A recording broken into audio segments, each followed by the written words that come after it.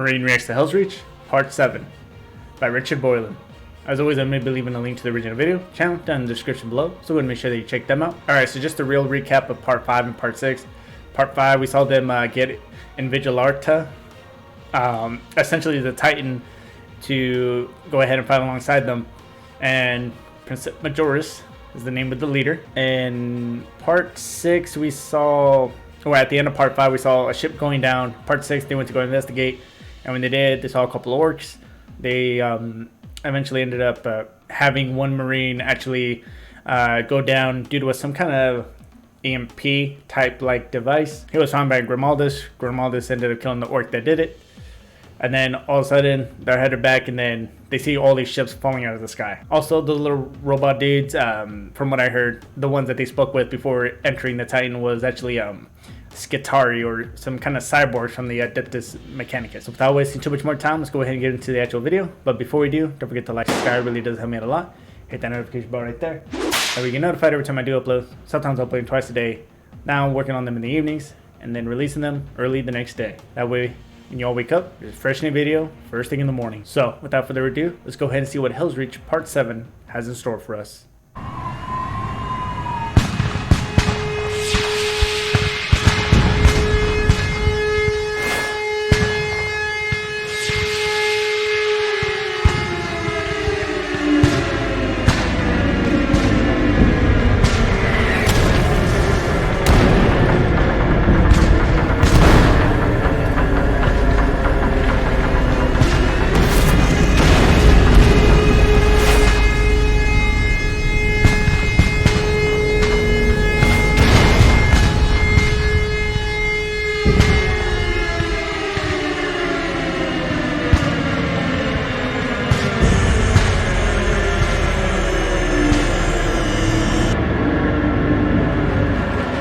Also, if I remember correctly, people were saying that they weren't necessarily falling down or falling out of the sky because they were destroyed, from what I heard in the comments. And it also looked like right now they're just landing because they're actually retreating, because I think one of the reasons was that they ran out of ammo, or they suffered too many casualties, and maybe they're trying to regroup.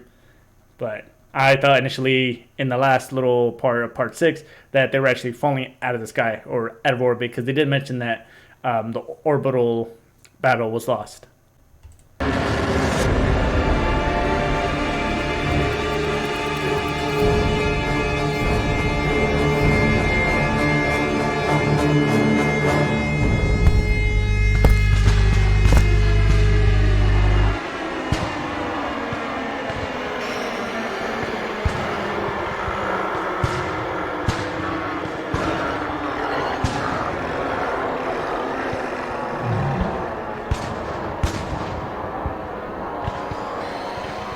Do you see that? Do you see that?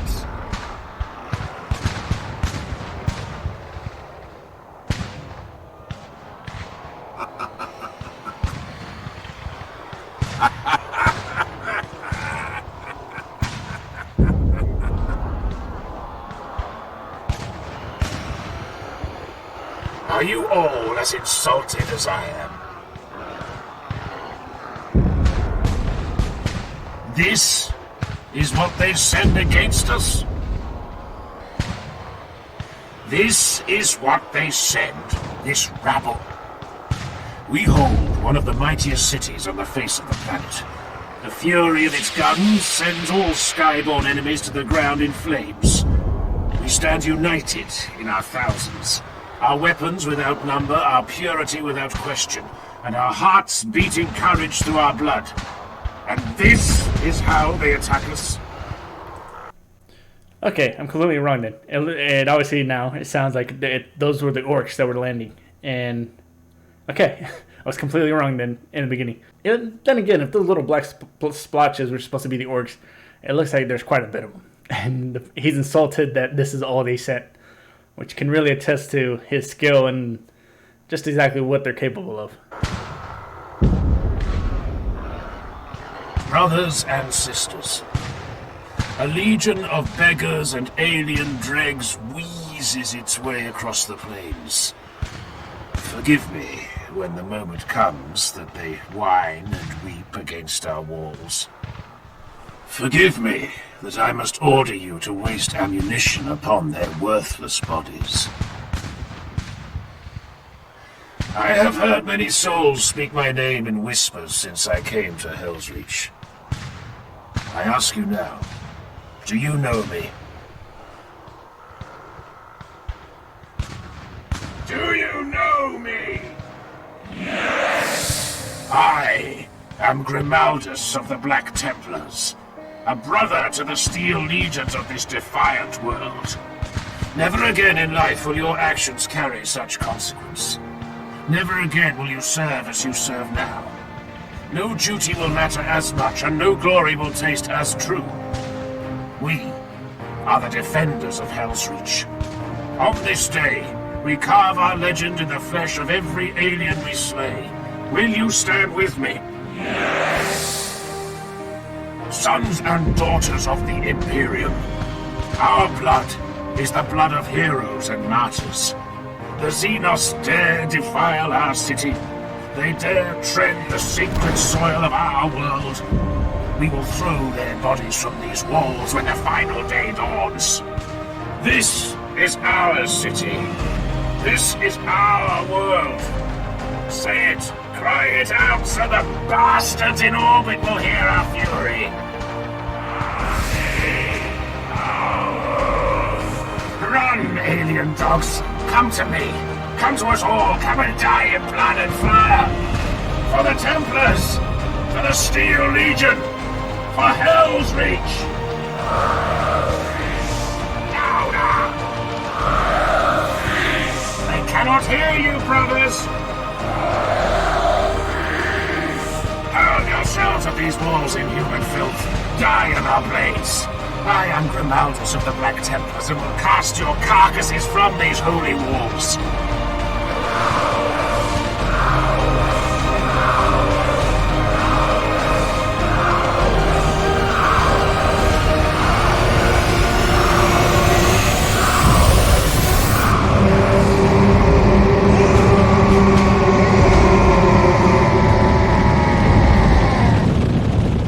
Before we get into part 8, holy shit, that leadership really starting to come out in them right now. And oh my god, dude, those fucking orcs, I swear to god I heard one of them say wah. And also, for those who were mentioning it in the part 6, I know that isn't Commissar Yerrick right there.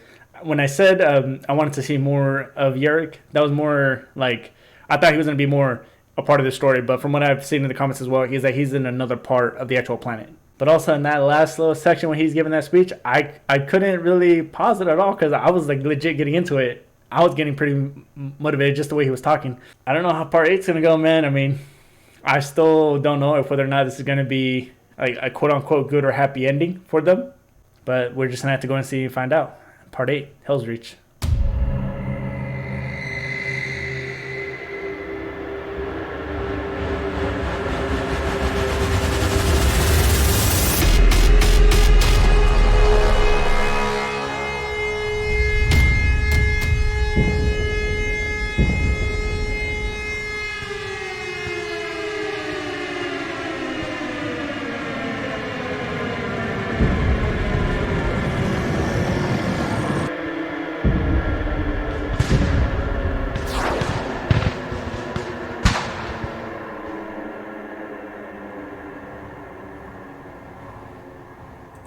Also, real quick, before they get any further, I know they're shooting artillery up in the sky to the ships, but I think it would also be a good idea, the fact that those orcs are still really, really bunched up, take out a lot of them, if they have some arty or some heavy guns that they can actually shoot at them.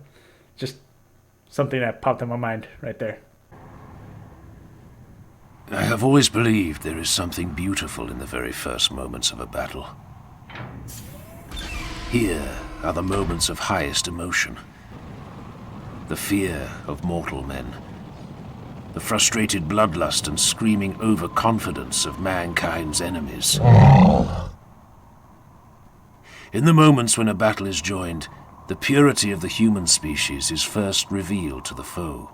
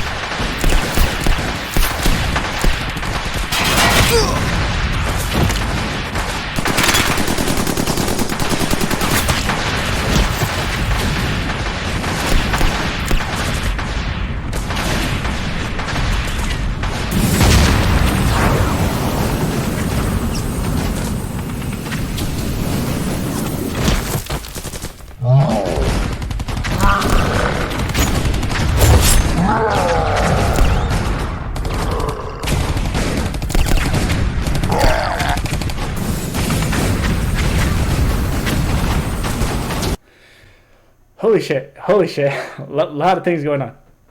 All right, first of all, you kind of got to give a little bit of respect to the orcs in the fact that they really don't shy away from just going fucking for it. And I mean, obviously they love to fight. They love to have battles.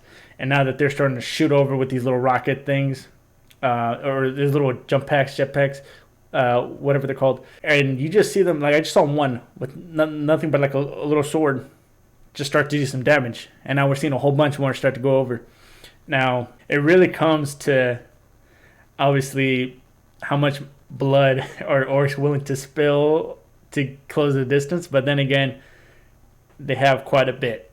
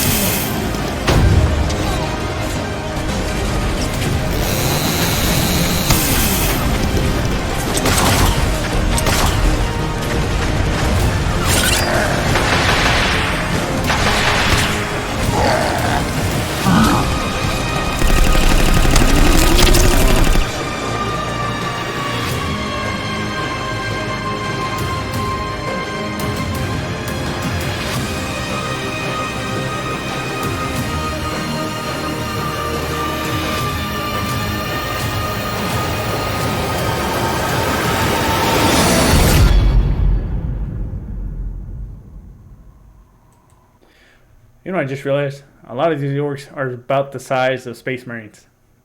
And the fact that the Imperial Guard are still like, fuck it, let's still take them out. So it's showing a lot of respect to them as well.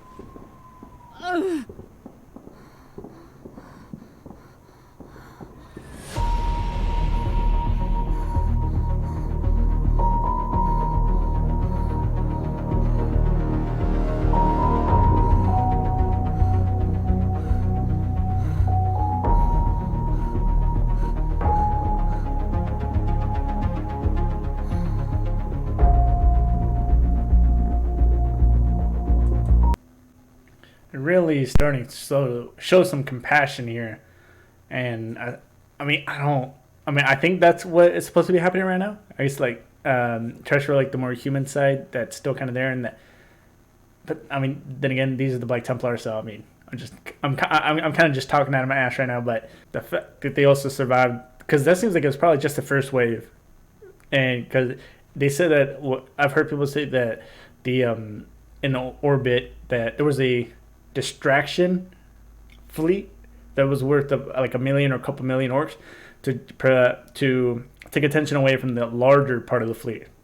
So imagine how many orcs that would be, and the fact that they just most likely assuming that this is just the first wave and that there's going to be a lot more coming, and just imagining how long this battle probably took. At the quickest, maybe half a day, because I don't know. But I also like the very changing in the art style, or like the improvement such as adding color, adding like it's very more clear. Now I'm not saying it was bad beforehand, but it definitely. I mean, you can see the progression because like with each part they get newer and newer. But as far as this scene, I think it's really showing at least maybe that I don't know if compassion would be the word, but maybe I guess respect.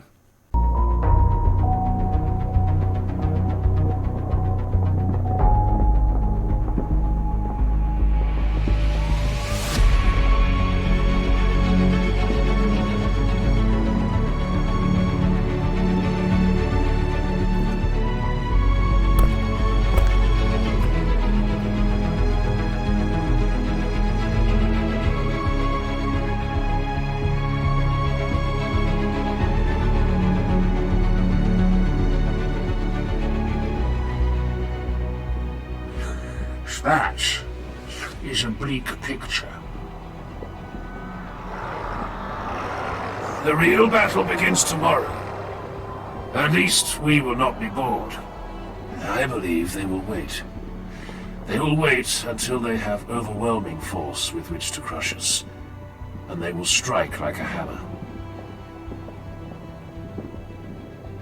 I requested we withdraw all guard forces from the wasteland installations across all of southern Armageddon Secundus. The Colonel agreed in principle. What's worth guarding out there? Munitions. A great deal of munitions, to be used when the hive cities fall and need to be reclaimed. But that is not all. The desert vultures spoke of a curious legend, something buried beneath the sands. A weapon. Alright, let's go ahead and talk about that for a minute. I like the fact that people told me to watch 7 and 8 specifically together, because it really had part 7 set up what was going to happen in part 8. And so part 7 is essentially staging and getting people pumped up for the actual battle coming. Now on part 8, the only real questions I had was at the very end when you see all the orcs still out there. Now they're just pretty much, what would you call it, besieging them at the moment until they can get more numbers, like kind of like Grimaldus said. And obviously I don't think they are going to shoot at them as far as the Black Templars, Grimaldus and all them, and the actual Imperial Guard, mainly because right now they're probably really trying to consolidate forces. And like you mentioned, there was a ammunition depot in the wastelands or somewhere that he said, and I think they're just trying to consolidate everything and get ready for the next wave. Now I don't know how many waves this is going to be. I don't know how long the first wave took. Can you imagine how much people would be exhausted? Not to mention you got to think of food, you got to think of a lot of little things. Imagine just for one person, but then combine that with possibly millions and millions of people, and just the logistics of all that, and that fucking nightmare. I mean, obviously I don't know what the casualties were for this first wave. If anyone does know, I would assume maybe a couple thousand. They have pretty high walls to the point that they had to use those jump packs. So long as not all of them have them, they should be decent for a little while, because since those walls are pretty high, they got to run through. Now it could be that they're using the jet packs, jump packs, whatever, to not only get in, but maybe try to unlock it from the inside. I mean, I don't know if that's how smart they are for them to actually do it. I mean, I know that they're not supposed to be the smartest beings, but I wonder if any major so I did hear in the comments that Thraka is the one that's leading this entire fleet or band force, if you want to call it. The only other orcs I've ever heard of were also Tuska, and then this other one, Black Fang, or Garkul Black Fang, I think it was. That was mentioned in part 5 or part 6. Now, I don't know if he or any other orc that has some prominence is going to be involved in this battle as well. Maybe we'll see maybe Grimaldus go like one-on-one with some kind of big orc. No idea. That's going to go ahead and do it for this video. Don't forget to like, subscribe, really does help me out a lot. Hit that dislike button if you didn't like it. It helps me improve the channel. If you're going to see what's coming up next, hit the description down below. You're going to see a list of about 5 videos. Top to bottom is going to be how I view them. But until then, I'll see you all in the next video. Bye.